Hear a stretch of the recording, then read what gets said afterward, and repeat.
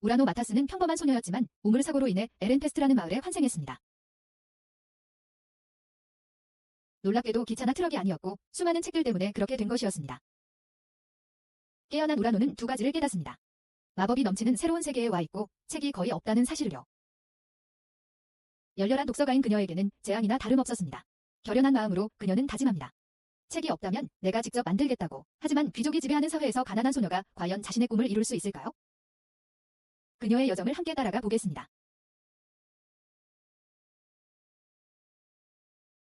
애니메이션은 대사제가 파란 머리 소녀인 마인에게 마법의 머리띠를 건네주며 수수께끼의 붉은 약을 마시라고 지시하는 장면으로 시작합니다. 마시자마자 마인은 깊은 잠에 빠져들고 대사제는 그녀를 조사하기 시작합니다. 그녀의 기억, 구체적으로 말하자면 그녀가 어떻게 마인이 되었는지에 대한 기억을 추적합니다. 마인의 이야기는 그녀가 새로운 정체성을 갖기 훨씬 전에 시작됩니다. 전생에 그녀는 우라노 미타스, 책을 탐하는 대학생이었습니다. 우라노의 세상은 글의 세계를 중심으로 돌았고 책은 그녀의 가장 큰 기쁨이자 열정이었습니다.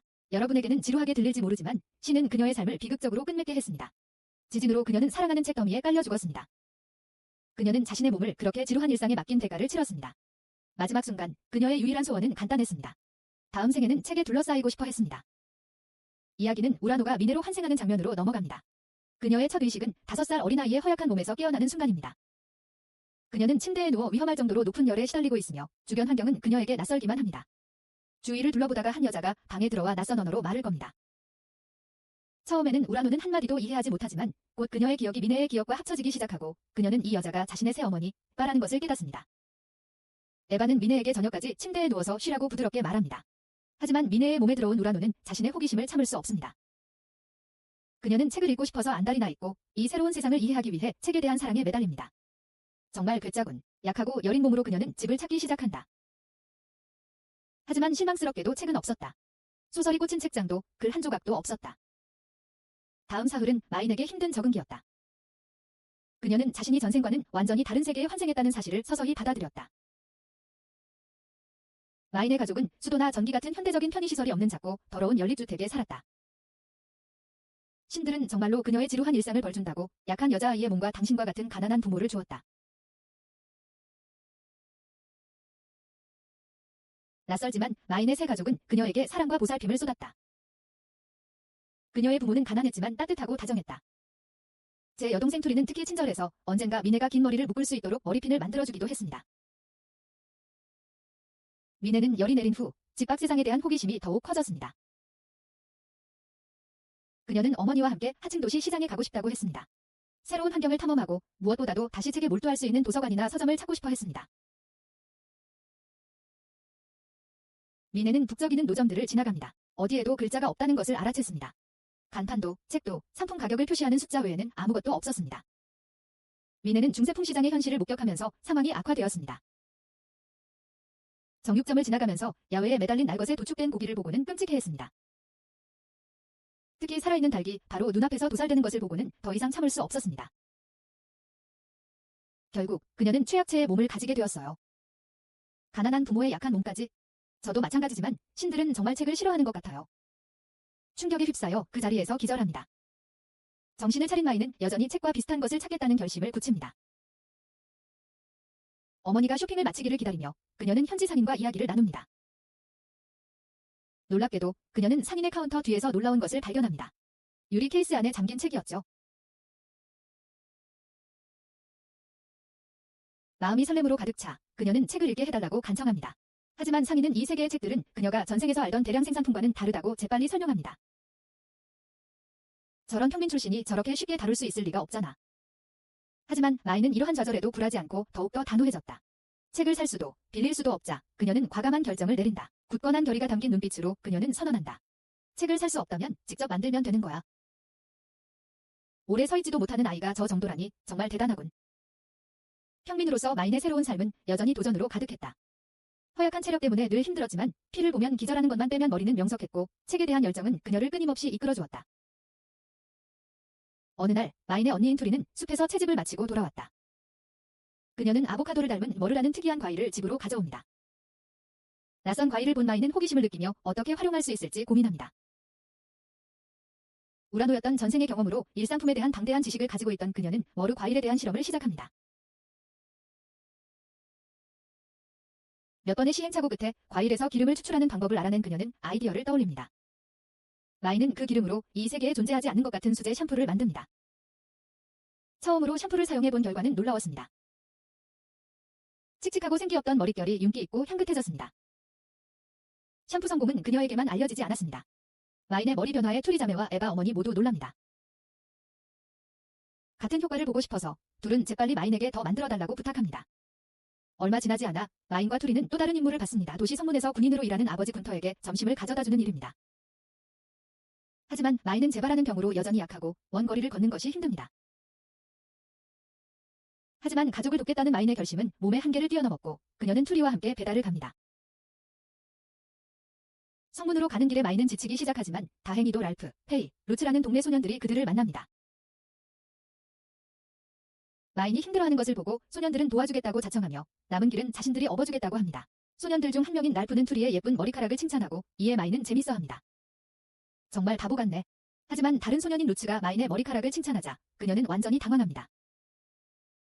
뜻밖의 칭찬에 얼굴을 붉히며 말문이 막힙니다.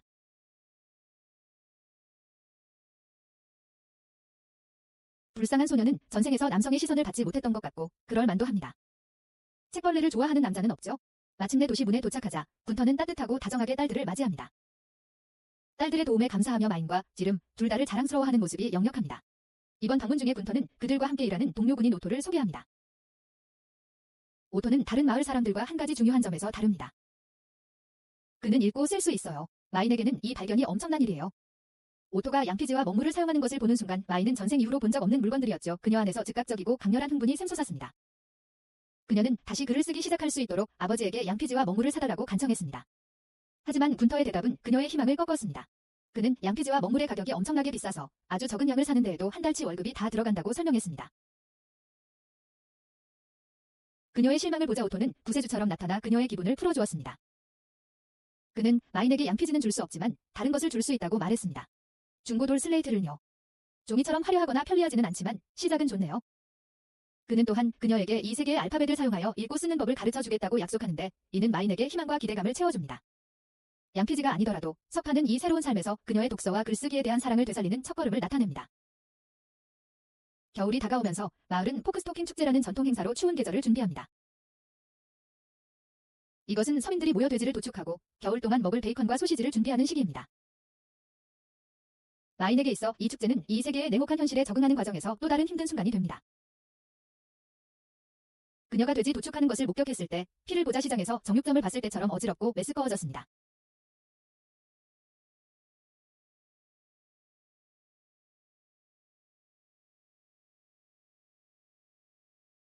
그녀의 가족은 그녀의 고통을 빨리 알아차리고 오토가 그녀를 회복시켜줄 수 있도록 도시 문으로 데려가기로 결정합니다. 그녀가 쉬는 동안 오토는 약속대로 그녀에게 언급했던 돌슬레이트를 건네줍니다. 약속대로 그는 새로운 세계의 알파벳으로 그녀의 이름을 쓰는 법을 가르치기 시작합니다. 그녀는 책벌레다운 능력으로 이 새로운 필기체에 빠르게 적응합니다. 그녀는 다른 많은 구절을 쓰는 법도 배우고 새로운 언어를 빠르게 익히기 시작합니다. 하지만 그녀는 옛 언어를 잊을 수 없어 자신의 이름과 동료들의 이름을 옛 언어로 적습니다. 하지만 그녀는 그저 약한 책벌레일 뿐이라 이 모든 글쓰기는 그녀의 약하고 연약한 몸에 무리를 주어 다시 기절합니다. 이 기절이 이 애니메이션에서 자주 나올 것 같네요.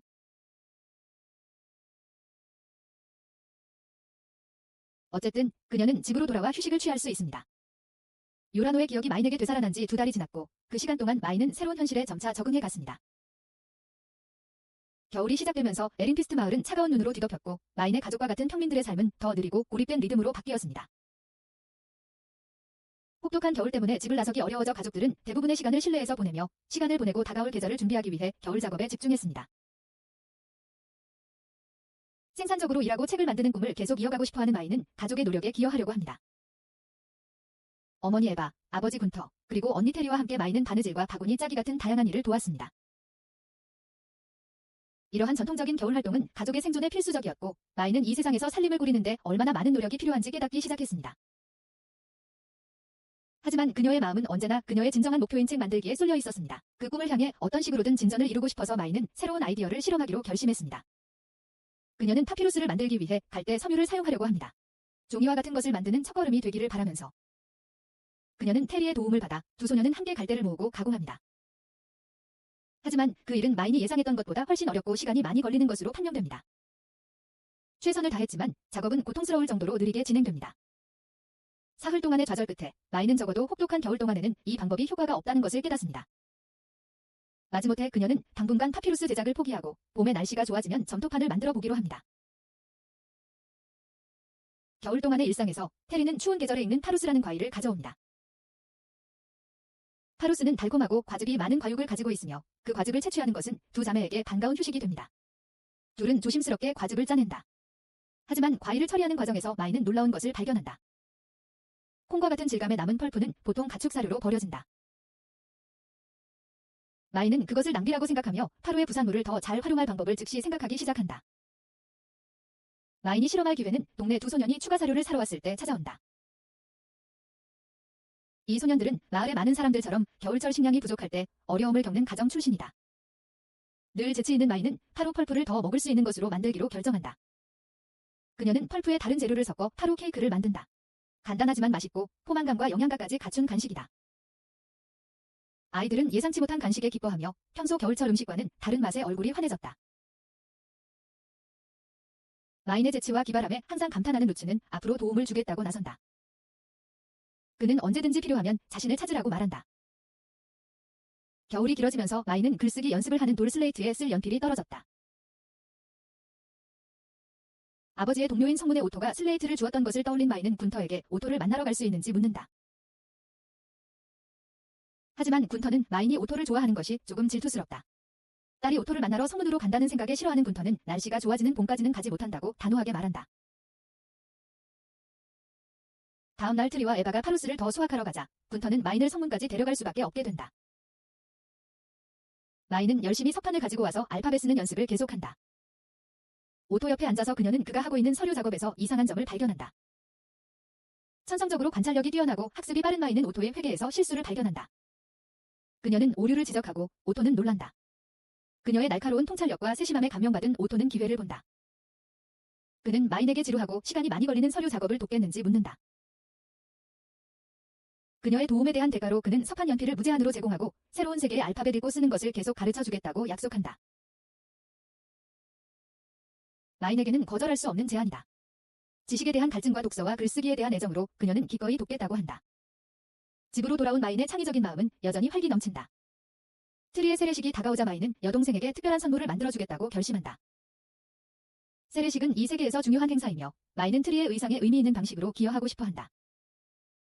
옛날에 익혔던 공예 기술들을 떠올리며 마인은 아버지에게 코바늘을 만들어달라고 부탁한다. 코바늘을 손에 쥐고 그녀는 트리의 세례식 의상에 완벽하게 어울리는 아름다운 장식용 꽃머리 장식을 정성껏 만든다. 마인이 여동생에게 선물을 건네자 트리는 기뻐서 어쩔 줄 몰라 한다. 에렌페스트의 봄이 오자 마인은 야심찬 계획을 다시 시작하려고 한다. 그녀는 이 순간을 위해 겨울 내내 기다려왔고 숲으로 가서 점토판을 만들겠다는 그녀의 의지는 뚜렷이 드러납니다. 점토판을 만드는 것은 이 세상에 책을 가져오려는 그녀의 노력에 있어 다음 단계처럼 느껴지지만 그녀의 가족은 그다지 열정적이지 않습니다. 그들은 모두 그녀의 허약한 건강을 너무나 잘 알고 있으며 마인의 아버지 군터는 특히 보호적입니다. 군터는 마인이 그런 일을 시작하기 전에 체력을 기르고 전반적인 건강을 개선하는 데 집중해야 한다고 주장합니다. 숲에서 채집하려면 에너지와 지구력이 필요한데 마인에게는 아직 부족합니다. 그는 그녀의 건강이 우선되어야 한다는 것을 상기시키며 그가 그녀의 발전에 만족할 때까지 채집을 금합니다. 실망했지만 낙담하지 않고 마인은 그의 결정을 받아들이지만 그녀의 계획을 수행하려는 결의는 변함없습니다. 그동안 군터는 마인이 오토의 비공식 조수로 일하며 생산적으로 지낼 수 있는 다른 방법을 제안합니다. 오토는 이미 그녀에게 읽고 쓰는 것을 가르치고 있었고 군터는 이것을 그녀가 귀중한 경험을 얻고 언젠가 서기가 될 수 있는 길을 열어줄 기회로 여겼습니다. 비록 책 만드는 일과 직접적으로 관련은 없지만 마인은 계속 교육받는 것의 가치를 알고 그 제안에 동의했습니다. 몇 주 동안 마인은 이 새로운 일상을 따랐습니다. 매일 그녀는 루츠와 투리와 함께 도시 문까지 걸어갔다가 돌아왔는데 그들은 항상 그녀를 도와주거나 함께 해주었습니다. 문에서는 오토의 조수로 일하며 서류 작업을 돕고 사무직 업무에 대해 더 많이 배웠습니다. 여가 시간에는 견습병들과 함께 읽고 쓰는 연습을 하며 그들의 도움으로 실력을 갈고 닦았습니다. 점차 그녀는 체력이 길러졌고 결국에는 한때 불가능하다고 생각했던 숲까지 걸어가도 지치지 않을 정도로 강해졌습니다. 마침내 모든 것이 제자리에 놓이는 듯했을 때 재앙이 닥쳤습니다. 마이는 갑자기 전생에서 너무 지루한 삶을 살았던 벌이라도 받는 듯 이 세계에서 눈을 뜬 이후로 계속 그녀를 괴롭히던 치명적인 열병에 걸렸습니다. 최선을 다했지만 봄의 나머지 기간 동안 침대에 누워 있어야 했습니다. 시기가 정말 안 좋았고 마이는 이러한 좌절에 낙담했습니다. 점토판을 만드는 그녀의 꿈은 다시 한번 잠시 미뤄졌고 몇 주 동안 회복에 전념해야 했습니다. 결국 회복되었을 때 아버지는 마인이 숲에 가고 싶어 하는 것을 보고 마음을 바꿔 다른 아이들과 함께 가도록 허락했습니다. 하지만 아버지는 마인에게 무리하지 않겠다고 약속하게 하고 숲에서 채집이나 일을 하지 않고 하루 종일 쉬도록 강조했습니다. 더 이상 계획을 미루고 싶지 않았던 마인은 동의했지만 다른 생각을 하고 있었습니다. 다른 아이들이 바쁜 동안 점토를 캐기 위해 몰래 삽을 가지고 갔습니다. 숲에 도착하자마자 마인은 시간을 낭비하지 않았다. 그녀는 자신이 얼마나 몰래 잘하는지 보여주듯 조용히 무리해서 빠져나와 아버지가 절대 허락하지 않을 것을 알면서도 진흙을 파기 시작했다. 불행히도 마인은 곧 루츠에게 들켰다. 격분한 루츠는 그녀에게 약속을 어겼고 애초에 지킬 의향이 없었다고 비난했다. 화가 났지만 루츠는 마인에게 오래 화를 낼 수 없었다. 그는 그녀의 완고한 결의를 알아보고 결국 그녀를 돕기로 했다. 함께 충분한 진흙을 파내어 판으로 만들기 시작했고 나란히 서서 마인의 비전을 현실로 만들었다. 판이 마르기를 기다리는 동안 마인은 루츠에게 읽기와 책의 개념을 설명할 기회를 가졌다. 안타깝게도 그들의 노력은 예측 못한 사고로 순식간에 무너집니다. 마을 아이 중 하나인 파이가 다른 아이와 함께 놀다가 점토판을 짓밟아 버립니다. 마인에게 얼마나 중요한지 전혀 알지 못한 채 말이죠. 분노와 슬픔에 휩싸인 마인은 전에 없이 격한 감정을 드러냅니다. 그녀의 눈 색깔이 변하는 놀라운 변화는 파이를 겁먹게 하고 루츠와 투리 등 주변 사람들에게 충격을 줍니다. 하지만 루츠는 마치 연인처럼 다가가 그녀를 진정시키려 합니다. 새로운 점토판을 함께 만들자며 모든 것을 해결할 수 있다고 그녀를 안심시킵니다. 루츠의 차분한 태도는 마인을 평정으로 돌려놓고 그녀는 모든 것을 혼자 짊어질 필요가 없다는 것을 깨닫습니다. 그럼에도 불구하고 그 후 며칠 동안 더 큰 실망이 기다리고 있었습니다. 빗줄기가 쏟아져 말리는 정제들을 적시며 다시 한번 망쳐놓았다. 신들이 정말 극단적으로 그녀를 벌하고 있다. 두 번째 실패는 마인에게 너무 큰 고통이었고 그녀는 눈물을 터뜨렸다. 다시 한번 루츠가 그녀를 위로해 주었다. 그는 그녀가 포기하지 않도록 돕고 세 번째 정제를 만들도록 도왔다. 함께 일하는 동안 루츠는 마인에게 미래 계획에 대해 물었다. 그녀의 대답은 간단하지만 심오했다. 그녀는 무슨 일이 있어도 책으로 둘러싸인 삶을 살고 싶어 했다. 루츠는 자신의 꿈을 털어놓으며 언젠가는 여행 상인이 되기를 바란다고 말한다. 마침내 세 번째 점토판이 완성되고 마인은 이 세계에 처음 도착했던 때부터 자신이 얼마나 성장했는지 되돌아본다. 그녀는 어머니가 들려주셨던 모든 이야기를 적어 소중히 간직하고 자신과 미래 세대를 위해 보존하기로 결심한다. 하지만 운명은 마인에게 마지막 잔혹한 시련을 안겨준다. 그녀가 완성된 점토판을 가족의 가마에 구우려고 넣자 재앙이 닥친다. 뜨거운 열기에 약한 점토판은 부서지고 폭발하며 완전히 파괴된다. 현실이 될 뻔했던 마인의 꿈은 가마 속 점토판처럼 다시 한번 산산조각 난다. 에린페스트의 여름이 찾아오고 따뜻한 날씨는 마인의 언니 투리에게 새로운 이정표를 가져다준다. 이번 계절에 7살이 되는 그녀는 그들의 세계에서 중요한 나이입니다. 세례식, 즉 사회에 공식적으로 입문하는 통과 의례를 치르는 시기이기 때문입니다. 가족들은 그 행사를 위해 정성껏 준비하고 투리는 자신의 외모에 특별히 신경 씁니다. 그녀는 어머니가 머틀 열매로 만든 수제 샴푸를 사용하는데 이 샴푸는 그녀의 머릿결을 윤기 있고 향긋하게 만들어줍니다. 마무리로 그녀는 언니가 정성껏 만들어 특별한 선물로 준 머리 장식을 자랑스럽게 착용합니다. 세례식 장소로 가는 길에 이웃들은 투리의 눈에 띄는 외모를 보고 칭찬을 아끼지 않습니다. 화려한 장식 머리 장식은 소박하고 끈끈한 공동체에서 더욱 돋보이고 어머니가 언니를 위해 정성껏 만든 정성이 모두에게 드러납니다. 세례식 중에 어머니와 아버지인 군터는 오래 머무르지 않습니다. 그들은 군터가 오토와 중요한 만남을 가지기로 한 도시 문으로 서둘러 떠납니다. 아버지가 회의 중인 틈을 타 마인은 배우고 자신의 유용함을 증명할 기회를 활용합니다. 문에 주둔한 병사 중 한 명이 귀족의 중요한 편지를 읽는데 어려움을 겪습니다. 마인은 어린 나이에도 불구하고 자신감 있게 도와줍니다. 그녀는 편지를 읽을 뿐만 아니라 상황을 처리하는 가장 좋은 방법에 대한 현명한 조언을 제공하여 빠른 사고와 지식으로 병사에게 깊은 인상을 남깁니다. 아버지와 오토가 회의를 마치자마자 그녀는 즉시 오토에게 편지 내용을 알립니다.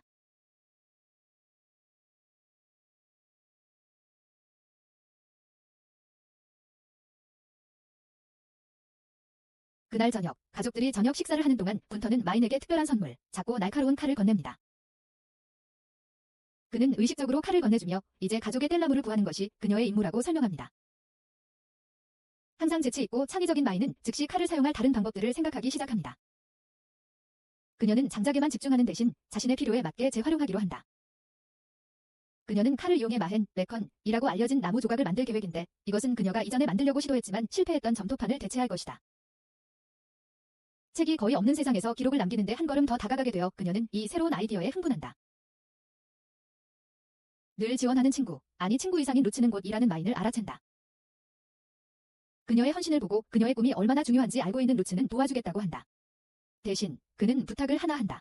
그는 마인에게 오토를 소개해 달라고 한다. 루츠는 여행 상인이 되는 것을 꿈꿔왔고 오토의 방대한 지식과 인맥을 통해 그의 꿈을 실현하는데 귀중한 조언을 얻을 수 있기를 바란다. 마인이 루츠를 오토에게 소개하자 오토는 루츠의 야망을 즉시 일축합니다. 오토는 도시 아이에게 행상인이 되는 것은 현실적이지도 적절한 포부도 아니며 마인의 일에 집중해야 한다고 퉁명스럽게 말합니다. 하지만 오토는 그 문제에 대해 더 자세히 논의하기 위해 루츠와 직접 만나기로 동의합니다. 하지만 오토는 그 어린 소년의 꿈이 실현 가능하다고 생각하지 않는다는 것이 분명합니다. 필기 재료를 만들려는 마인 자신의 여정에서 그녀는 또 다른 난관에 직면합니다. 그녀에게는 잉크가 필요합니다. 그녀는 오토에게 평소 받는 석판 연필 대신 잉크로 급여를 받을 수 있는지 묻습니다. 오토는 그 생각에 웃으며 잉크가 마인이 생각하는 것보다 훨씬 비싸다고 설명합니다. 그녀가 필요한 만큼의 잉크를 벌려면 3년의 노력이 필요할 것입니다. 굴하지 않고 마인은 기발한 해결책을 생각해냅니다.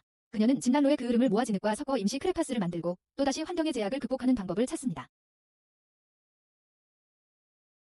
하지만 마인의 시련은 결코 끝나지 않습니다. 집에 돌아온 그녀는 어머니 에바가 자신이 조각하던 나무 조각들을 모르고 뗄나무로 사용한 것을 알고 절망합니다. 그녀의 좌절과 실망은 폭발하고 다시 한번 그녀의 신비로운 병이 발병합니다. 열이 치솟으면서 마인의 눈 색깔이 변하고 위험할 정도로 높은 열 때문에 침대에 누워 있습니다. 그녀의 몸은 강한 정서적 고통에 심하게 반응하는 것 같고 이번 사건도 예외는 아닙니다.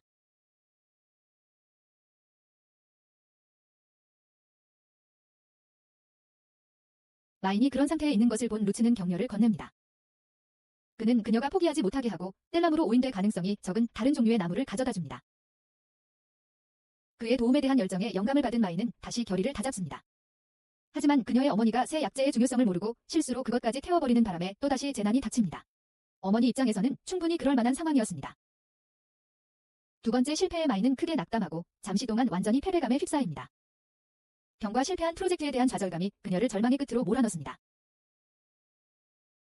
하지만 모든 것을 극복하고 마인은 결국 계속 나아갈 힘을 찾습니다. 그녀는 루츠의 격려의 말과 아무리 어려워도 계속 노력하겠다고 그에게 한 약속을 떠올립니다.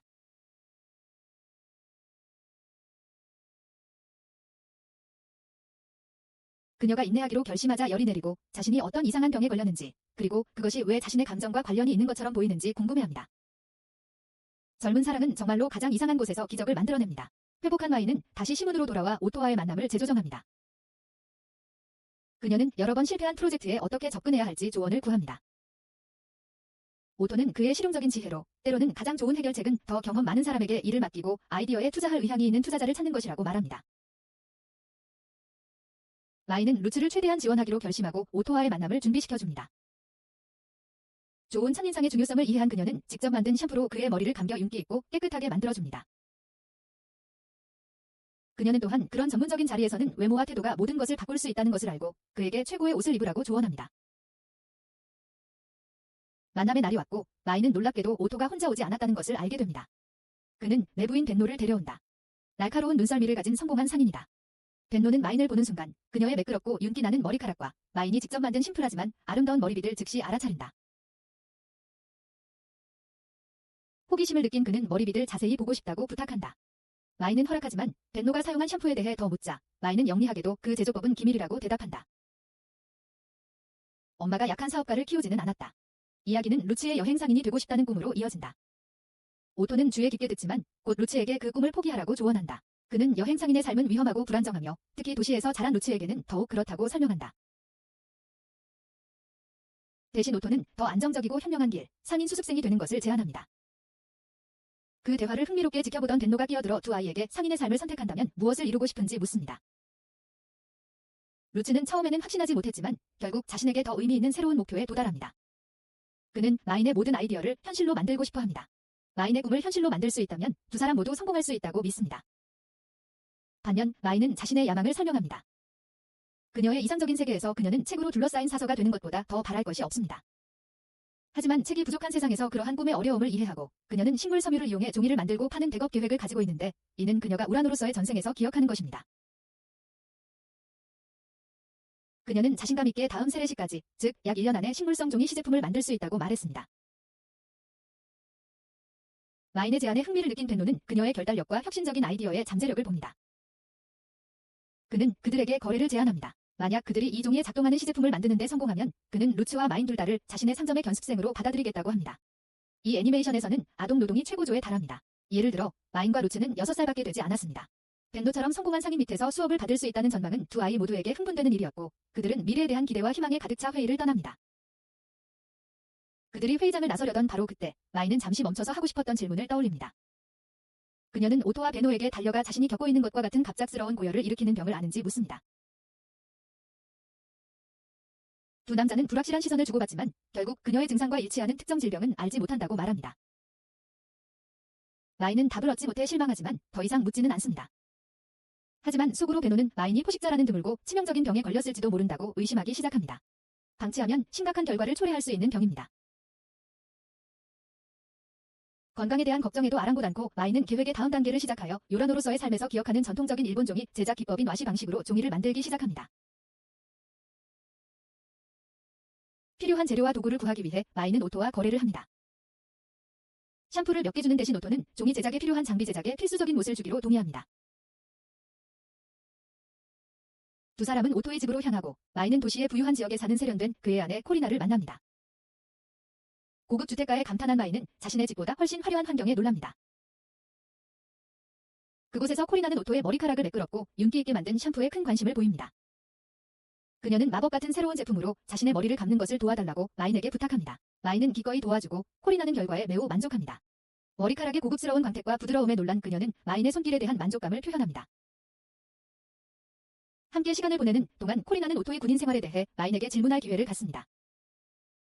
그녀는 오토가 자신의 역할에 만족하는지 아니면 상인으로서의 과거 생활을 은밀히 그리워하는지 궁금해합니다. 코리나의 걱정을 감지한 마인은 오토가 현재 일에 매우 만족하는 것 같다고 말하며 그녀의 걱정을 덜어줍니다. 오토는 마인의 샴푸 결과에 매우 만족하여 그녀가 요청한 손톱을 서둘러 건네주고 아내와 즐거운 시간을 보내기 위해 그녀를 보낸 후 아내의 윤기 나는 새 머리카락을 감상하며 등등. 나중에 루츠와 함께 걷던 중 루츠는 가족에 대한 자신의 걱정을 털어놓는다. 장인인 그의 부모님과 형제들은 상인들을 신뢰할 수 없고 기회주의적이라고 생각하며 항상 상인들을 강하게 불신해왔다. 루츠는 자신이 진정으로 원하는 일이지만 가족이 자신이 상인 수습생이 되는 것을 허락할지 확신하지 못한다. 하루가 저물 무렵 마인과 루츠는 숲에서 돌아오며 미래에 대한 설렘과 불확실성을 동시에 느낀다. 그들이 도시 문에 도착하자 오토가 특별한 초대를 가지고 그들을 기다리고 있다. 벤노가 두 아이와의 또 다른 만남을 요청하며 앞으로의 기회를 더욱 확고히 한다. 루츠와 마인은 길버트 상회에서 벤노와 더욱 공식적인 자리에서 만나 점심 식사에 초대받는다. 마인은 코리나를 만났던 건물과 같은 건물에 회사가 있다는 것을 알고 조금 안심합니다. 하지만 회의는 순탄치 않게 시작됩니다. 벤노는 아이들에게 필요한 재료를 위해 자신에게 직접 오지 않고 오토에게 도움을 청한 것을 심하게 꾸짖습니다. 길버트 회사의 사장인 벤노는 그들이 개발 중인 종이에 대한 큰 계획을 가지고 있으며 이 잠재적으로 수익성이 높은 서비스에 대한 판매권을 확보하려고 합니다. 그에게는 종이와 관련된 모든 거래는 자신을 통해 이루어져야 한다는 것이 분명합니다. 마인은 자신의 실수를 깨닫고 죄책감을 느껴 빨리 고개를 숙여 사과합니다. 우라노였던 과거의 습관이 자연스럽게 나온 것입니다. 벤노는 파트너십 조건을 설명하기 시작합니다. 그는 종이 원형을 개발하는 데 필요한 모든 재료를 지원하겠다고 제안합니다. 대신 그는 이미 부유층에 큰 관심을 끈 마인의 샴푸 레시피를 요구합니다. 게다가 벤노는 식물성 종이가 성공적으로 개발되면 마인과 루츠에게 견습생으로 일하는 봉급 외에 이익의 10%를 로열티로 지급할 것을 약속합니다.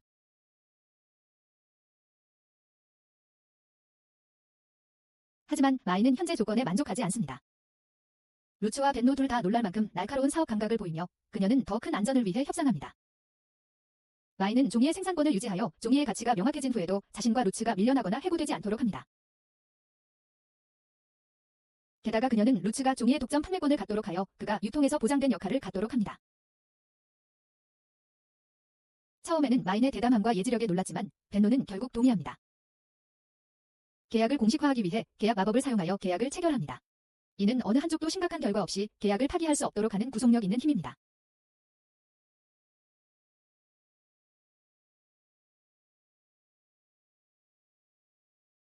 러츠는 협상이 진행되는 것을 지켜보며 마인이 이처럼 복잡한 논의를 얼마나 자연스럽게 처리하는지 점점 놀라워했다. 솔직히 말해서 저도 이런 사업 얘기는 잠깐 헷갈렸어요. 길버트 회사를 나서면서 그의 불안감은 커져간다. 뭔가 이상하다는 느낌을 떨쳐낼 수 없어 그는 마이네에게 직접적으로 묻습니다. 너 진짜 마이네 맞아? 갑작스러운 질문에 마이는 당황하여 친구를 멀어지게 하지 않으면서 진실을 어떻게 설명해야 할지 몰라 답을 피한다. 루츠는 자신의 폭발적인 반응에 사과하지만 여전히 어색한 태도를 보이고 마이는 그가 자신의 과거, 우라노에 대한 진실을 알게 된다면 더 멀어질까 봐 걱정하지 않을 수 없다. 루츠의 의심을 더 키우지 않기 위해 마이는 벤노와 따로 일부 업무를 처리하려 한다. 그녀는 벤노의 조수 마크와 함께 제지 과정에 필요한 재료를 확보하기 위해 목재 작업자들을 방문할 계획입니다.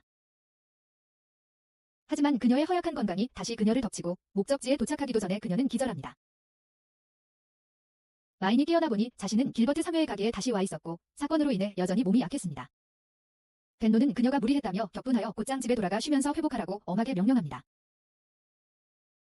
그는 또한 앞으로는 혼자 가게에 오는 것을 금지하고 마인을 지켜볼 수 있도록 루츠를 데리고 오라고 고집합니다. 사건 이후 비밀 대화에서 벤노는 자신에게 서서히 밝혀지고 있던 어두운 진실을 털어놓습니다. 그는 이제 마인이 만화를 가진 평민 아이들에게 생기는 치명적인 병인 이마나 흡수에 걸렸다고 확신합니다. 그 병은 치명적이지만 값비싼 마법 도구로 치료할 수 있습니다. 하지만 그런 치료 없이는 마인의 생명이 심각한 위험에 처해 있습니다.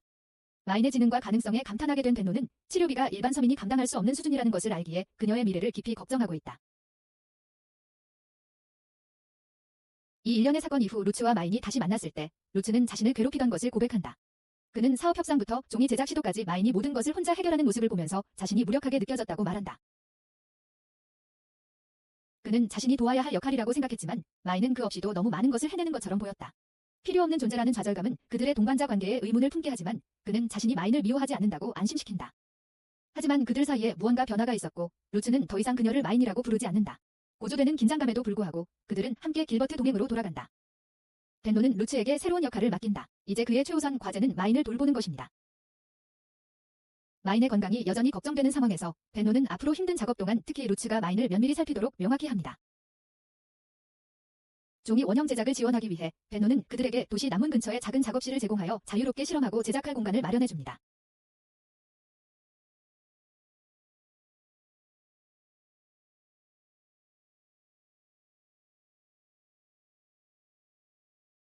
루츠와 마인은 새로 제공받은 작업실을 거점으로 하여 종이 제작 프로젝트에 새롭게 결의를 다지며 몰두합니다.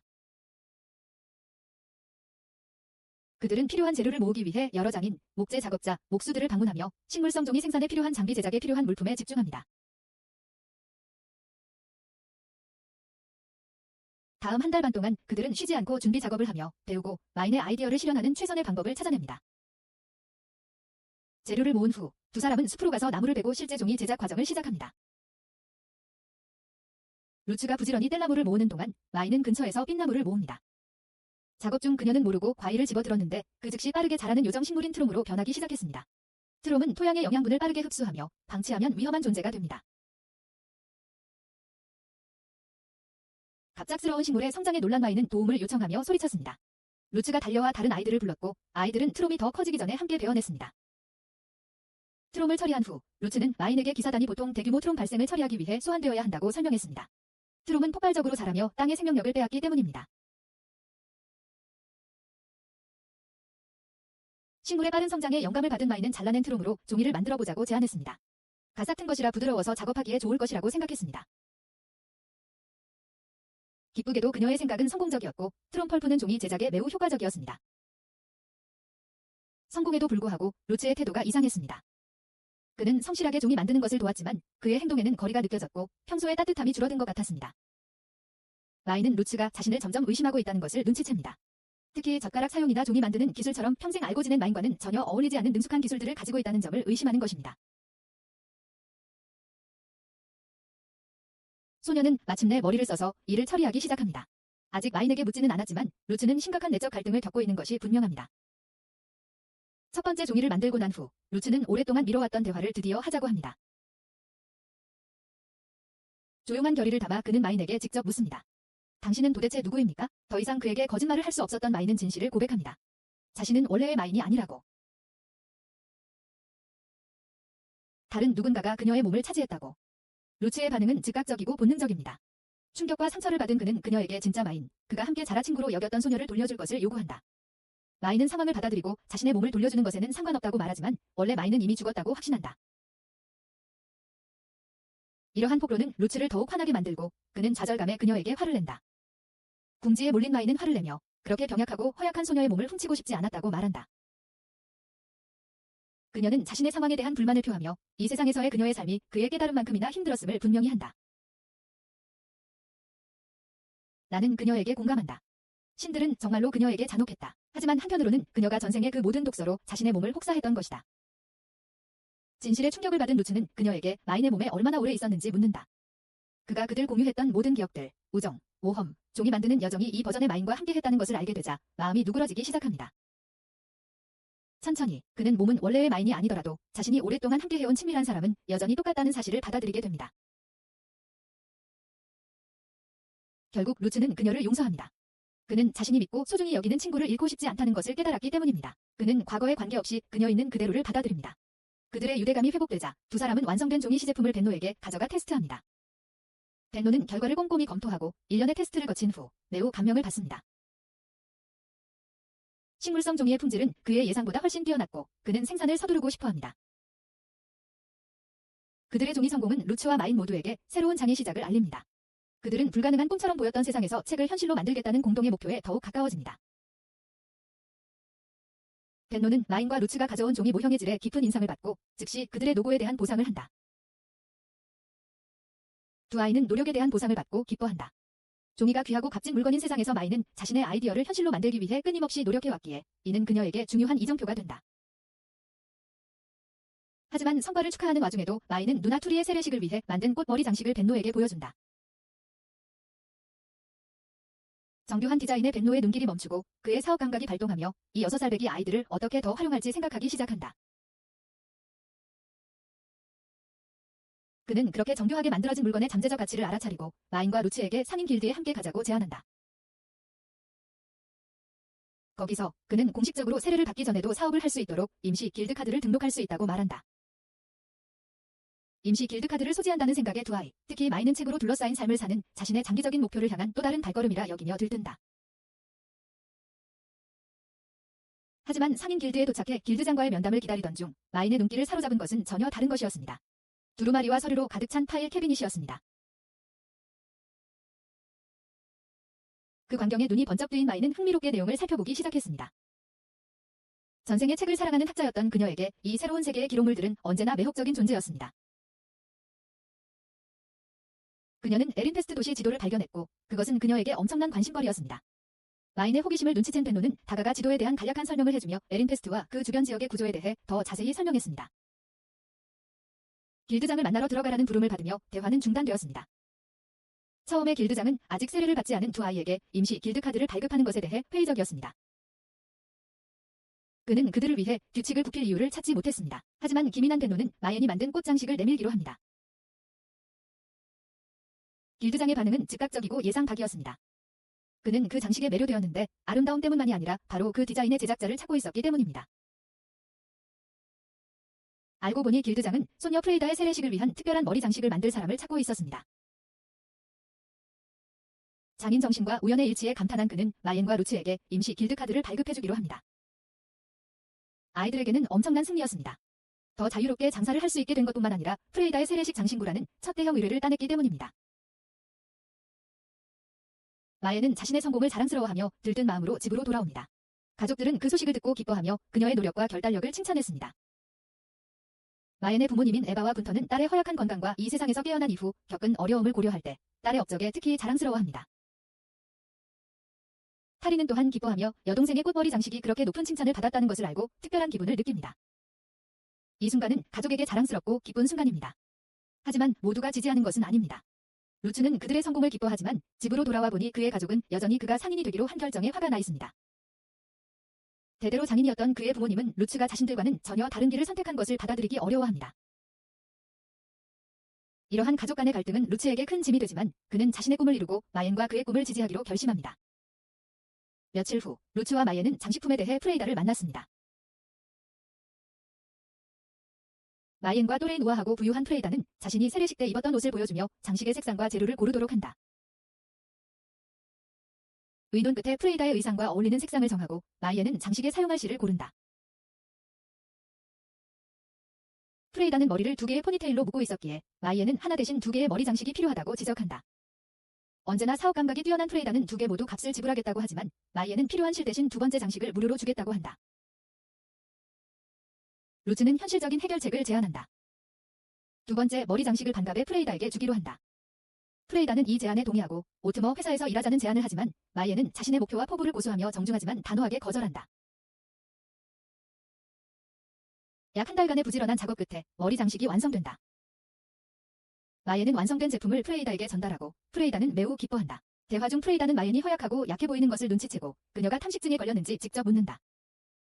이 말에 마이애는 놀란다. 프레이다는 아무렇지도 않다는 듯이 자신도 탐식증을 앓고 있다고 설명한다. 이는 과다한 만화를 타고난 평민들에게 발생하는 드물고 치명적인 질병이라고 한다. 프레이다에 따르면 이 병은 치료할 수 없지만 값비싼 마법 도구를 사용하여 관리할 수 있다고 한다.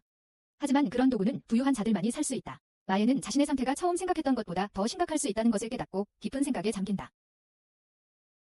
마이애이 새로운 세계에서 눈을 뜬 지 1년이 지났고 프레이다가 탐식증에 대해 경고했던 말이 사실로 드러나기 시작한다.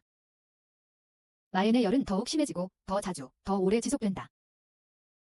감정을 억누르고 애써 덮어두려 했지만 병은 끈질겼다. 겨울이 다가오며 그녀의 상황은 더욱 무거워졌고 의지를 압도할 듯했다. 마이애는 병의 그림자가 점점 커져도 목표에 집중하려 했었다. 병세가 악화되는 동안 마이애는 악화되는 건강과 함께 사업 열정을 관리하는 어려움에 직면했다. 날카로운 상인인 베노는 마이앤과 루츠의 잠재력을 알아보고 예절, 외모, 읽기와 쓰기 능력 향상이라는 중요한 과제를 맡겼다. 세련됨과 외관을 중시하는 세상에서 상인으로서의 미래를 위해 이러한 기술이 중요하다는 것을 그는 이해했다. 벤노의 지도 아래 마이앤과 루츠는 상인으로서의 삶의 복잡함을 헤쳐나가며 일과 마이앤의 병이라는 엄중한 현실 사이에서 균형을 맞추었다. 두 사람이 열심히 기술을 연마하는 동안 벤노는 인기 샴푸의 생산 방법 개선에 대한 마이앤의 통찰력도 구했다. 그들의 사업 거래는 협상이 진행되면서 더욱 공식화되고 마이앤의 날카로운 지능과 사업 감각을 보여줍니다. 처음에 베노는 그녀의 의견에 대해 작은 금화 2개를 제안하지만 가족의 경제적 안정을 확보하려는 결의에 찬 마이앤은 능숙하게 작은 금화 3개를 요구합니다. 마이앤의 협상 기술에 감명받은 베노는 거래에 동의하며 그녀가 자신의 병을 치료하는 데 도움이 될 돈의 중요성을 강조합니다. 하지만 그들의 논의가 계속되면서 베노는 마이앤에 대한 의심이 커집니다. 그는 그녀가 보이는 것 이상의 인물임을 감지하지만 그녀가 그 주제를 피할 때 자세한 내용을 캐묻지 않고 그녀의 삶의 혼란 속에서 어느 정도의 사생활을 보장해줍니다. 이러한 바쁜 직장 생활 속에서 마이앤은 증가하는 머리 장식 수요를 충족하기 위해 과감한 조치를 취합니다. 그녀는 생산량을 크게 늘려야 한다는 발표로 가족을 놀라게 합니다. 투리와 에바는 갑작스러운 주문 폭주에 처음에는 당황하지만 마이앤이 완성하는 장식 하나당 중간 크기의 청동화 2개를 보너스로 주겠다고 약속하자 곧 동기부여를 받습니다. 이 약속은 그들에게 불을 지폈고 그들은 새롭게 힘을 내어 일에 착수했다. 나중에 마이앤은 형제들의 도움을 독려하기 위해 인센티브를 제공하며 루츠에게 비슷한 접근 방식을 취하라고 조언한다. 군터와 함께 도시 문을 정기적으로 방문하는 중 그 지역에서 문제를 일으키는 트롬 식물에 대한 긴급 보고가 들어온다. 기회를 알아차린 마이앤과 루츠는 재빨리 현장으로 향해 트롬 나무를 수집한다. 이 자원은 그들이 성공적으로 더 많은 종이를 생산하는 데 귀중하게 사용되며 그들의 지속적인 사업에서 중요한 발걸음을 내딛게 한다. 하지만 그들이 일을 마치자마자 마이앤은 또 다른 열병으로 갑자기 쓰러지고 그녀 자신도 당황한다. 그녀는 그 당시 특별히 불안하거나 스트레스를 받지 않았기 때문에 갑작스러운 발병은 더욱 당혹스러웠다. 힘들고 압도적인 상황 속에서 그녀는 루츠에게 병이 악화되어 전보다 더 자주 발생한다고 고백한다. 마이앤의 취약한 모습에 마음이 움직인 루츠는 눈물을 글썽이며 그녀를 집까지 업어주겠다고 제안하며 그녀의 안녕을 진심으로 걱정한다. 나중에 새로운 상품 아이디어를 구상하기 위해 벤노와 회의를 하는 동안 루츠는 마이앤이 자신의 모든 발명품을 실현할 수 있도록 돕겠다고 굳게 맹세한다. 그의 결심은 어떻게든 그녀가 닥쳐올 위기를 극복할 수 있는 방법을 찾는 데 도움이 되기를 바라며 그녀가 돈을 절약할 수 있도록 진심으로 돕고자 하는 마음에서 비롯되었다. 그들은 앞으로의 어려움에도 불구하고 함께 이룰 수 있는 것을 꿈꾸며 봄을 위한 야심찬 계획을 세우며 낙관적인 분위기로 이야기를 나눈다. 하지만 마이앤이 갑자기 심한 열로 쓰러지면서 이러한 희망은 산산이 조각난다. 갑작스러운 상황에 놀란 벤노는 마이앤의 생명을 걱정하며 그녀를 길드장의 집으로 급히 데려다줄 마차를 재빨리 부른다. 마이앤의 상태가 급격히 악화되면서 상황의 심각성이 고통스럽게 드러난다. 마이앤은 프레이다의 호화로운 침대에서 정신없이 깨어나는데 근처에는 부서진 마법도구 팔찌가 놓여있다. 넘치는 만화를 흡수하여 침식의 영향을 완화하도록 고안된 팔찌가 한계에 도달하여 마침내 부러졌습니다. 프레이다는 더 이상 사용할 수 없다고 설명하며 팔찌 없이는 메이엔에게 열이 온몸을 덮치고 병에 굴복하기 전까지 1년도 채 남지 않았다고 말합니다. 이 소식은 메이엔이 이 해결책이 더 많은 시간을 줄 것이라고 기대했기에 더욱 충격적입니다. 침착하지만 직설적인 프레이다는 상황의 냉혹한 현실을 설명합니다. 메이엔이 장기적으로 생존할 수 있는 유일한 방법은 귀족과 계약을 맺는 것입니다. 귀족의 정부가 되는 대가로 침식을 억제하는 데 필요한 마법 도구를 얻게 될 것입니다. 프레이다 자신도 이미 그런 계약을 맺었고 성년이 되면 귀족의 영지로 갈 것입니다. 저라면 그 제안을 받아들여 사치스러운 삶을 보내며 가난한 가족을 뒤로하고 떠났을 겁니다.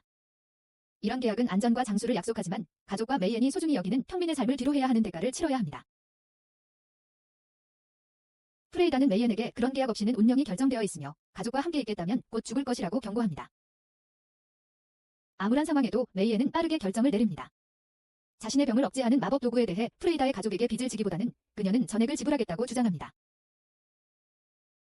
그 빚을 이용해 메이엔을 오스머 회사의 견습생으로 만들려던 길드장은 불쾌한 기색을 역력히 드러내지만 마지못해 대금을 받아들입니다. 그는 그 빚으로 메이엔을 묶어두려 했지만 그녀는 영리하게 그를 따돌리고 그의 계획을 물거품으로 만들었습니다. 이후 메이엔과 루츠는 사업을 계속 발전시킬 새로운 아이디어를 떠올립니다. 그들은 추운 겨울 동안 집안에 갇혀있는 평민 가족들이 즐길 수 있는 게임을 만들어 팔기로 계획합니다. 그 아이디어는 두 사람 모두를 설레게 했고 마엔의 심각한 상태에서 꼭 필요한 탈출구를 제공했다. 마엔의 병세가 점점 심각해지는 것을 보고 마음이 흔들렸지만 루츠는 흔들림 없이 마엔을 지지하며 무슨 일이 있어도 곁에 있겠다고 약속했다. 집에서는 마엔의 가족들이 그녀의 상태의 심각성을 알지 못했다. 그들은 마법 도구 사용 후 그녀의 겉보기 회복에 기뻐하며 최악의 순간은 지났다고 생각했다. 겨울이 다가오면서 마엔은 건강이 좋지 않음에도 열정적으로 작업했던 트리의 세례식 의상을 완성하는 것을 도왔다. 하지만 집안의 즐거운 분위기는 진실의 무게에 의해 곧 깨지고 말았다. 더 이상 비밀을 지킬 수 없었던 마엔은 가족들을 불러 모아 가슴 아픈 대화를 나누기 위해 자리에 앉혔다. 눈물을 글썽이며 그녀는 자신의 병의 진짜 본질을 설명했고 자신의 상태가 호전되지 않았으며 여전히 큰 위험에 처해 있음을 밝혔다. 그녀는 자신이 살아남을 수 있는 유일한 방법은 그들을 떠나 귀족 동네로 가서 귀족의 정부로 사는 것뿐이라고 인정합니다. 하지만 그녀는 강한 결의를 가지고 가족과 남은 시간을 보내는 것이 그들과 떨어져 오래 사는 것보다 낫다고 선언합니다. 마엔은 고독한 삶을 살더라도 그 삶이 더 오래 지속된다 해도 사랑하는 사람들에 둘러싸여 죽음을 맞이하는 편을 택합니다. 그녀의 가족은 그러한 폭로에 망연자실하여 사랑하는 딸이자 여동생을 기다리는 잔혹한 운명을 이해하려고 애씁니다. 그녀의 아버지 군터는 특히 마음이 아픕니다. 그는 항상 마엔을 지나치게 보호하고 그녀를 안전하게 지키기 위해 모든 노력을 다했기 때문입니다. 그녀의 어머니 에바는 마엔을 보호하고 싶은 마음과 불가피한 일을 막을 수 없다는 것을 아는 마음 사이에서 갈등합니다. 항상 여동생의 결단력에 감탄해온 둘이는 여동생을 잃을 생각에 눈물을 흘립니다. 엄청난 슬픔에도 불구하고 마엔의 가족은 그녀의 뜻을 존중합니다. 남은 시간 동안 최선을 다해 그녀를 지지할 것을 맹세하며 함께하는 모든 순간을 소중히 할 것을 약속합니다. 약하고 불확실한 미래에 직면해 있지만 마엔은 자신의 결정에 위안을 얻습니다. 얼마 남지 않은 시간이지만 가족과 친구들의 사랑 속에서 자신의 방식대로 남은 날들을 살아갈 것입니다. 겨울이 깊어가는 가운데 마엔과 루츠는 사업을 계속하면서 함께할 시간이 얼마 남지 않았다는 사실에 씨름합니다. 마엔은 자신의 유산을 남기고자 책과 관련된 꿈을 이루기 위해 병세가 악화되기 전에 최대한 많은 진전을 이루려 합니다. 루츠의 곁과 가족들의 변함없는 지지 속에서 그녀는 자신에게 가장 중요한 삶, 짧더라도 사랑으로 가득한 삶을 선택했다는 것을 알고 용기 있게 미래를 마주합니다. 솔직히 말해서 이 애니메이션들은 현실과 많이 다르네요. 마엔은 자신의 시간이 얼마 남지 않았다는 것을 완전히 인식하고 다음 겨울을 맞이하지 못할 수도 있다는 깨달음 아래 미래를 위한 계획을 세우기 시작합니다. 자신의 처지를 생각하며 그녀는 길버트 상회의 견습생 제의를 거절하기로 한다. 견습상인의 힘든 일은 건강이 악화되는 그녀의 허약한 몸으로는 감당하기 어려울 것이다. 대신 그녀는 종이 제조 권리를 벤노에게 팔아 그가 상업적으로 생산할 수 있도록 하고 루츠가 판매권을 유지하도록 한다. 이렇게 하면 그녀가 죽은 후에도 루츠는 그들의 노력으로 생계를 이어갈 수 있다. 한편 프레이다는 마엔을 다시 만나 자신의 목숨을 희생하면서까지 가족과 함께하려는 그녀의 결정에 놀란다. 프레이다는 마엔이 느끼는 압박을 이해하지만 가족을 위해 자신을 희생하려는 마엔의 의지에 대해 걱정을 표한다.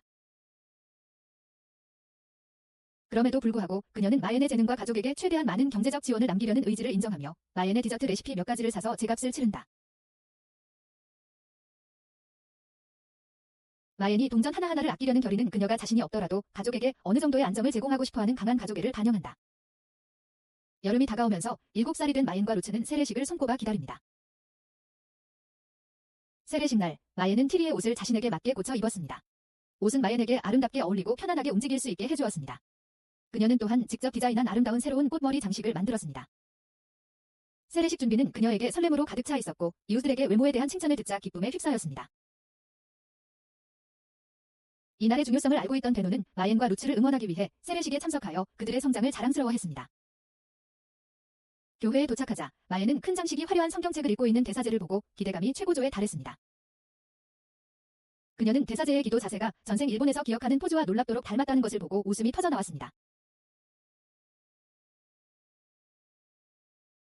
웃음은 걷잡을 수 없이 터져나왔고 대사제는 그녀의 떨림을 병으로 오해했습니다. 그녀의 안녕을 염려하여 사람들은 그녀를 곧바로 회복실로 안내했다. 회복실에서 마엔의 호기심이 앞섰다. 그녀는 사원 내부를 훑어보며 마엔 홀로 돌아가는 길을 찾으려고 눈을 이리저리 굴렸다. 탐색 중에 두루마리와 문서로 가득 찬 작은 서고를 발견하자 그 안에 담긴 지식에 마음이 두근거렸다. 내용을 파고들고 싶은 마음에 그녀는 문으로 달려갔지만 너무 늦게 그 방이 사제들만 출입할 수 있는 곳이라는 것을 깨닫고 갑자기 멈춰섰다. 마법 장벽이 그녀의 출입을 막았고 그녀는 좌절과 함께 결연한 마음을 느꼈다. 좌절하지 않고 마엔은 사원의 방대한 서적들을 이용할 수 있을 거라 믿으며 회색 여사제에게 수습사제가 될 수 있는지 간절히 물었다. 회색 여사제는 마엔의 열정에 흥미로워하며 그녀를 사원의 최고 권위자인 대사제에게 데려갔다. 하지만 그들이 만났을 때 대제사장은 마엔의 대담함과 지식에 대한 열정 때문에 그녀를 부유한 집안의 딸로 잘못 생각합니다. 그는 만약 그녀가 사원에 들어오고 싶다면 상당한 기부금을 내야 한다고 설명합니다. 마엔은 곤경에 처하게 됩니다. 신성한 경전을 배우고 읽고 싶은 열망이 그녀 안에서 강렬하게 타오르지만 그녀는 자신의 가족이 그러한 기부금을 감당할 수 없다는 것을 알고 있습니다. 그녀는 남은 시간이 제한되어 있더라도 남은 날들을 최대한 활용하겠다는 결심을 하며 자신의 선택지를 고민합니다. 새로운 결의를 다진 마엔은 귀족들의 기대와 사제들의 엄중한 요구사항이라는 복잡한 세상을 헤쳐나가더라도 가족의 미래를 보장하고 자신의 꿈을 이루기 위해 모든 방안을 모색하기로 결심합니다. 지식을 얻고자 하는 생각은 단순한 개인적인 야망 이상의 것이 됩니다. 그것은 그녀의 가족에 대한 사랑과 그녀에게 부과된 육체적 한계를 뛰어넘는 삶에 대한 열망을 엮는 사명으로 발전합니다. 의식이 진행되는 동안 마엔은 자신이 내린 선택들, 맺어온 우정들, 그리고 자신을 덮치려는 그림자에도 불구하고 만들어온 삶을 되돌아봅니다. 자신이 사랑하는 사람들을 위해 모든 것을 다했다는 것을 알기에 그녀는 자신의 결정에 평화를 느낍니다. 대사제가 의식을 계속하는 동안 마엔은 눈을 잠시 감고 앞으로 닥칠 어떤 어려움에도 맞설 힘을 조용히 기도하며 이 세상에서 자신의 길을 개척할 것을 다짐합니다. 마엔은 실신 후 대성당 대기실에서 회복하고 루츠가 그녀를 보러 옵니다. 그녀의 실신 때문에 그는 걱정하고 짜증이 난 것이 역력합니다. 그녀가 책 때문에 너무 흥분해서 실신했다는 것을 알게 되자 그는 어쩔 수 없이 답답함을 느낍니다. 결국 그들은 그녀의 세례식, 즉 중요하고 엄숙한 행사를 위해 대성당에 왔던 것입니다. 하지만 마엔에게는 책이 가장 중요했고 그렇게 많은 지식을 간직한 곳에 있다는 생각에 압도당했던 것입니다. 마엔의 안전을 염려한 루츠는 그녀가 더 무모한 짓을 하기 전에 성당에서 재빨리 데리고 나온다. 하지만 루츠의 걱정에도 불구하고 마엔은 책을 볼 수 있다는 기대감에 가슴이 설렌다. 그날 저녁 식사 자리에서 그녀는 용감하게 가족들에게 사제 견습생이 되고 싶다고 허락을 구한다. 그녀의 요청에 가족들은, 특히 아버지 군터는 충격을 받는다. 그는 즉시 단호하게 거절하며 평민들은 극히 어려운 상황, 보통 고아나 버려진 아이들일 때만 교회에 들어간다고 설명한다. 회색 사제의 삶은 엄청나게 고되고 힘들다고 그녀에게 말한다. 게다가 만약 그녀가 교회에 들어간다면 가족과 헤어질 가능성이 크다고 덧붙인다. 아버지의 거절에 마이에는 마음이 상한다. 그녀는 마침내 항상 간절히 바라던 책을 읽을 수 있는 곳을 찾았지만 이제 그 기회가 사라질 위기에 처했습니다. 하지만 길고 감정적인 대화 끝에 마이에는 마지못해 아버지의 뜻을 따르기로 하고 교회의 제안을 거절합니다. 그러나 긴장감 넘치고 격한 대화는 그녀의 몸에 무리를 주었고 마이에는 다시 열이 납니다. 며칠 후 열이 내린 마이에는 루츠와 함께 대성당으로 돌아갑니다. 그녀는 여전히 책을 읽을 수 있기를 바라며 교회와의 문제를 어떻게든 해결하려고 합니다. 그곳에서 그들은 대주교 바로 밑에서 일하는 대성당의 두 번째 권위자인 수석사제를 만납니다. 수석사제는 마엔에게 성경을 읽어주는 임무를 맡았지만 그녀의 책에 대한 열정은 다시 한번 드러납니다. 그녀는 누군가 읽어주는 대신 자신이 직접 책을 읽을 수 있는지 간절히 부탁합니다. 처음에는 주저했지만 대사제는 엄격한 조건을 걸고 승낙합니다. 마예는 책장을 직접 앉아서는 안 됩니다. 그 제약에도 불구하고 마예는 기회에 크게 기뻐합니다. 비록 제한적이지만 마침내 이 세계에서 책과 상호작용할 수 있게 된 것입니다. 그녀의 기쁨은 너무나 강렬해서 경전에서 여러 새로운 단어를 배우는 데 몰두하며 빠른 이해력으로 대사제에게 깊은 인상을 남깁니다. 이것은 마연에게 있어 이 세계로 환생한 이후 처음으로 책과 진정한 교감을 나눈 중요한 순간입니다. 하지만 그녀의 행복은 허약한 건강과 다가오는 섭취의 위협으로 인해 절제됩니다. 대화가 계속되는 동안 마예는 자신의 상태를 대사제에게 설명합니다. 그녀는 그에게 섭취에 대해 이야기하고 그것이 자신의 힘과 체력을 제한하여 평균적인 사람보다 훨씬 약하게 만든다고 말합니다. 이 말을 듣고 대사제는 행동하기로 결정합니다. 그는 대성당의 성배, 마나 용량을 측정하는 마법 도구를 가져와 마옌의 상태를 확인합니다. 결과는 놀라웠고 대사제와 대성당의 다른 사제들은 모두 마옌의 강력한 마나에 주목했습니다. 알게 된 것에 만족한 대사제는 마옌에게 부모님을 데려와 보다 공식적인 논의를 해야 한다고 알립니다. 대성당 방문 후 마옌과 루츠는 마옌과 루츠가 사업 세계를 헤쳐나가도록 도와준 영리한 상인 벤노를 만납니다. 늘 신중하고 마옌을 걱정하는 벤노는 그녀가 교회에 너무 성급하게 휘말린 것에 대해 나무랍니다. 그는 귀족과 성직자들 사이에서 부족한 만화 때문에 교회가 그녀에게 관심을 가지고 있을 것이라고 경고합니다. 벤노는 교회가 그녀를 귀중한 자원으로 보고 그녀의 의사와 상관없이 사제가 되도록 강요하려 할 것이라고 우려합니다. 그는 그녀에게 교회에 들어가기로 결정한다면 예방조치를 취하고 더 나은 대우를 위해 협상하라고 촉구합니다. 여기에는 친구와 가족과의 접촉을 유지하고 사원 안에서 완전히 고립되지 않도록 하는 것이 포함됩니다. 마예는 벤노가 자신의 안녕에 대해 깊이 걱정하는 것에 놀랐습니다. 지금까지 그녀는 그를 주로 사업 파트너로 여겼지만 이 대화는 그가 그녀를 얼마나 진심으로 걱정하는지 보여줍니다. 그의 조수마크는 심지어 마옌에게 벤노가 그녀를 딸처럼 여긴다고 말하는데 이는 그녀에게 깊은 감동을 줍니다. 벤노의 조언을 진지하게 받아들인 마예는 루츠와 함께 만든 제품에 대한 독점 판매권을 부여하는 마법 계약서에 서명하기로 동의합니다. 더 중요한 것은 계약서에 따라 마예는 비상시 루츠에게 연락할 수 있다는 것입니다.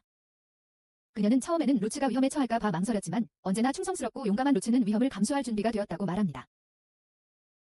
그는 그녀를 위험에 처하더라도 어떤 식으로든 돕겠다고 결심했습니다. 계약을 마친 마옌과 루츠는 상인 길드로 가서 그녀의 공방을 마옌 스튜디오로 등록합니다. 사업을 공고히 하는 중요한 단계입니다. 그곳에서 그들은 이전에 마옌에게 포식자의 위험에 대해 경고했던 프레이다라는 어린 소녀와 대화를 나눕니다. 프레이다는 마옌이 소개한 파운드 케이크 레시피를 개선하는 아이디어에 대해 이야기하고 마옌은 프레이다에게 레시피에 대한 피드백을 얻기 위해 시식 행사를 개최할 것을 제안합니다.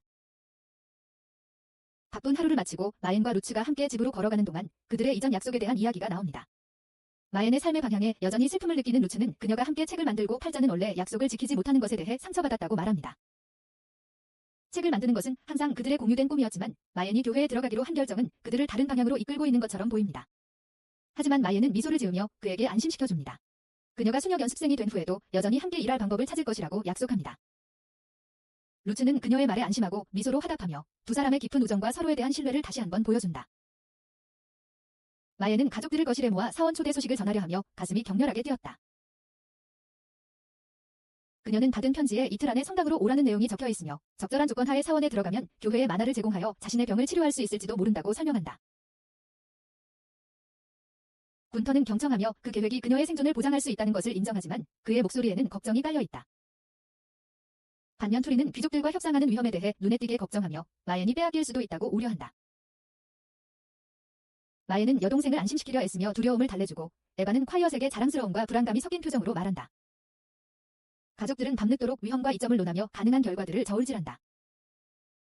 다음 날 마옌, 군터, 에바는 사원에 도착하는데 우뚝 솟은 건물이 긴장감을 더욱 고조시키는 듯했다. 안으로 들어가자 그들은 대제사장의 방으로 안내받는데 분위기가 급변합니다. 대제사장은 그들을 보자마자 거만함을 드러내며 그들을 천민 취급하고 협상이란 있을 수 없다는 듯 무시합니다.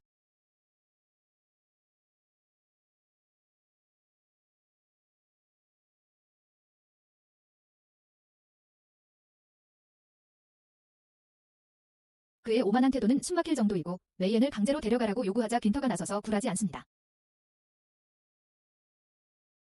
대제사장이 순순히 따르지 않으면 가족을 모두 죽이겠다고 위협하며 상황은 악화됩니다. 메이엔은 압박감에 짓눌려 절망의 순간에 만화를 제어하지 못합니다. 본능적으로 만화를 폭발시키며 방 안에 마법이 넘실대고 대제사장은 만화에 질식합니다.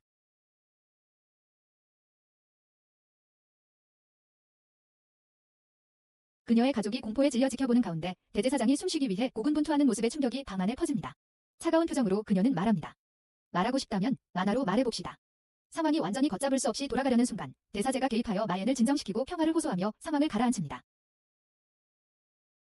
대사제가 의식을 잃고 쓰러지자 숙연한 침묵이 뒤따릅니다.